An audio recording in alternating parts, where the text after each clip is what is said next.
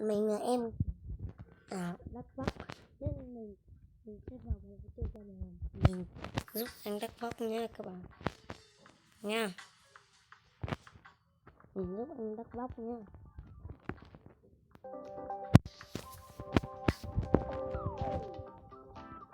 Mình cũng có kinh rồi đấy.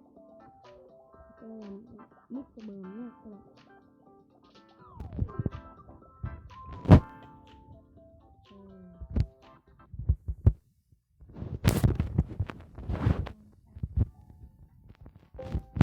Nhật Bản nhớ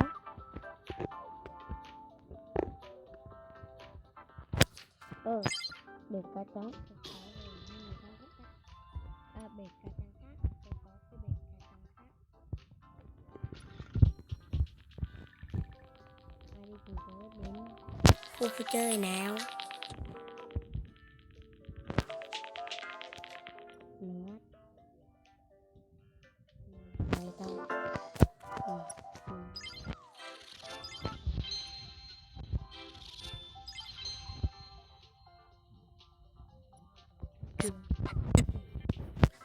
Mình cần tin tin của anh mình lắm.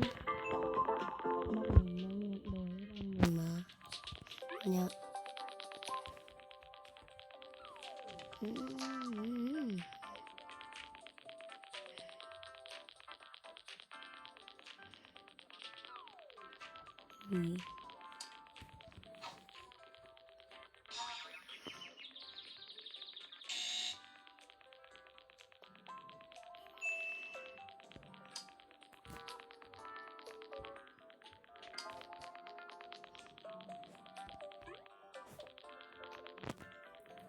Cậu đợi tớ tí nhá.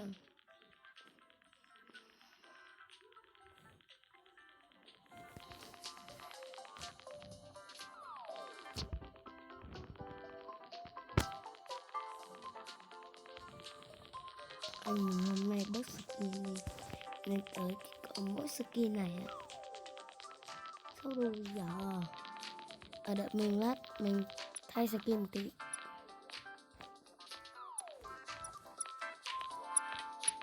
Tớ vào shop nhé các bạn. Để tớ vào để tớ vào shop. Đâu rồi hả? Mình kêu vào tóc vì tớ thích kiểu tóc này. Đây. Đâu nhờ? Shop của mình đâu nhờ? Để mình tìm shop nhé. Cửa hàng trang phục.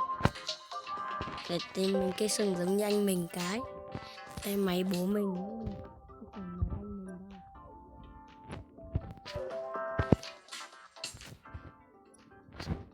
đâu. Cái sừng đâu nhớ. Ảo đấy. Cái sừng anh mình không đội được. Đây, đây mình tự tạo luôn.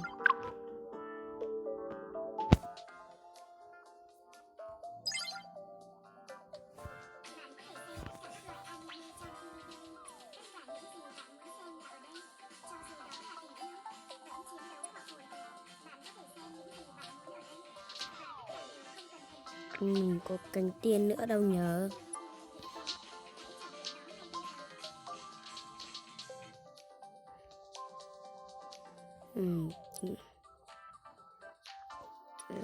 Không phải.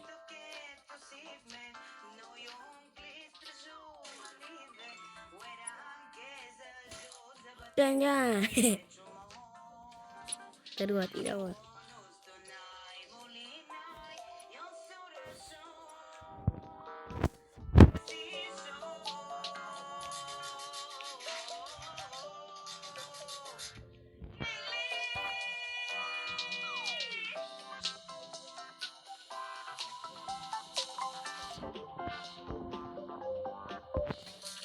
Đâu nhờ cái kính mình thích đâu nhé.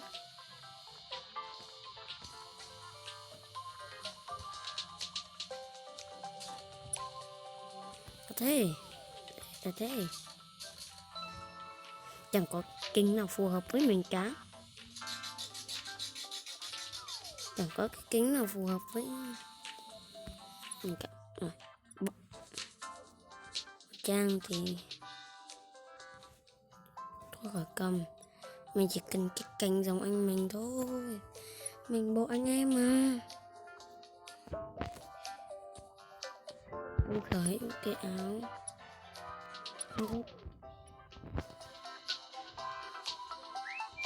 cái sừng thì mình khởi hữu.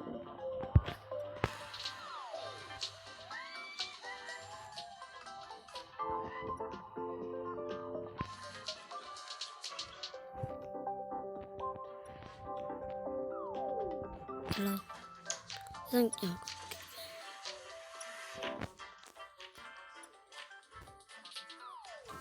này đi sao sang xe trắng trắng này đang sở hữu được cái này.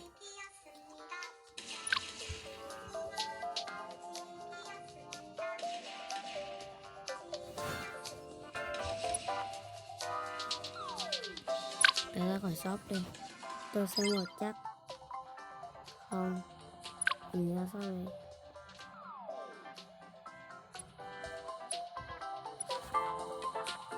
Mình đi câu cá, mình chọn cái cá lấp lánh của anh mình. Ok rồi go là lắc và té dòng nhằng xin mà đều mất ngàn chi xin ngay không là gì. Được rồi. Ôi giời ơi, có bóng.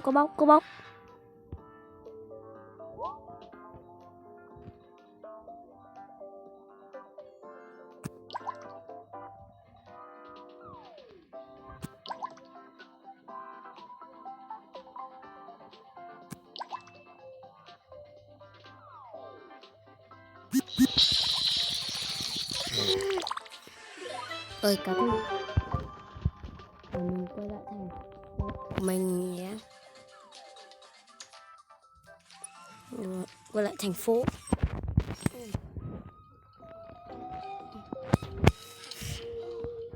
Mình qua nhà anh mình dưới đây à?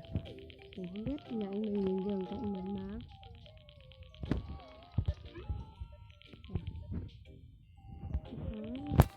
Mình nhà bò sữa nha. Vãi luôn.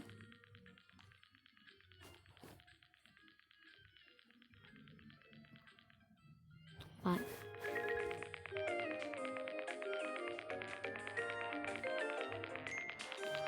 Cái gì?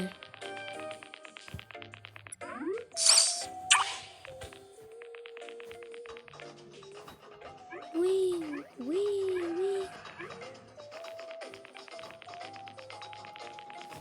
Để mình nâng cấp nhà mình đã. Các bạn được bình chiếu nha. Không đủ tiền. Xin lỗi các bạn. Hiện tại nhà mình đang rất nhiều tiền.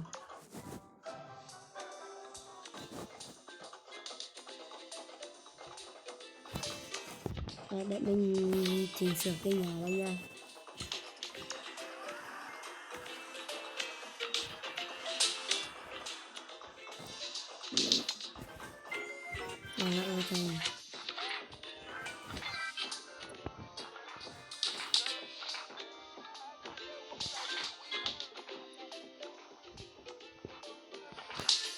Thật thế cả mình đang ở châu Âu Wales.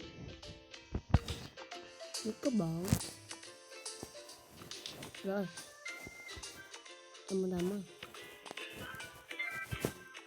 30. Ok những lát mình hôn rồi nữa mình mua ấy cửa hàng đó cưng em nhớ tôi có quân 48 tôi có quân một nào vừa rẻ lúc này tặng cho cái nào hai bình luận bên dưới giúp mình coi cho mình thích cái này này đặt hàng lên nhá. Rồi Tới đây đánh đặt cái đầu một cái này. Làm ở góc này để không các bạn. Ok.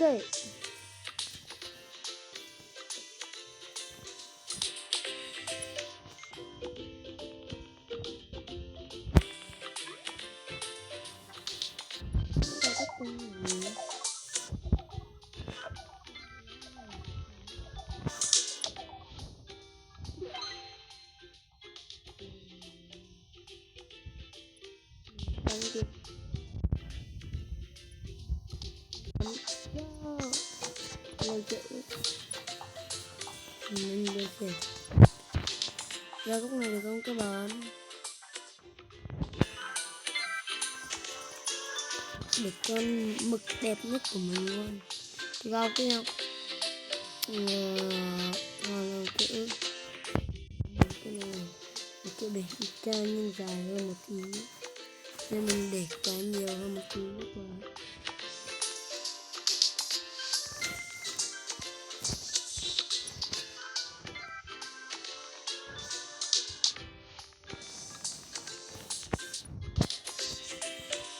Cái gì đẹp đẹp nào để cắt đúng đó đẹp được hợp cái chép không một con này đó được cực kín nhỏ nhỏ nữa nhưng cũng vào thằng ít cái chép hồng hay sao nhỉ?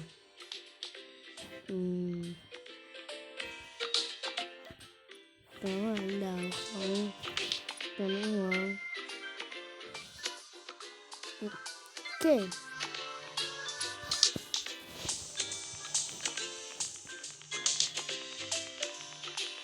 Anh tạm cho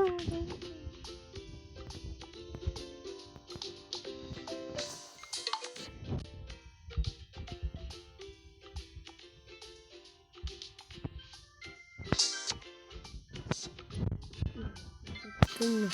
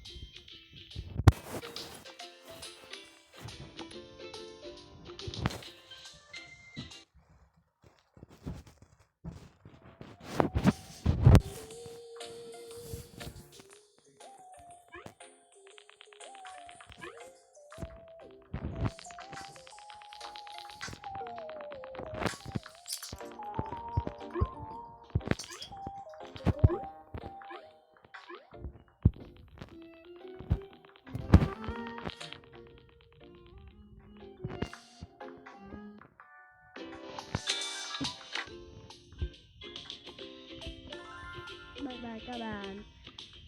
Chúc các bạn bật lên. Bye bye các bạn. Chúc các bạn mệt lần sau nha các bạn. Ok. Bye bye.